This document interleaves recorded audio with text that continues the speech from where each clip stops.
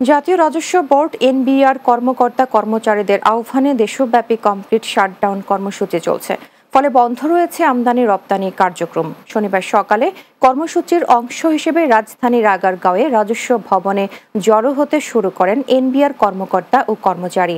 পরে তারা রাজস্ব ভবনের সামনের সড়কে অবস্থান নেন।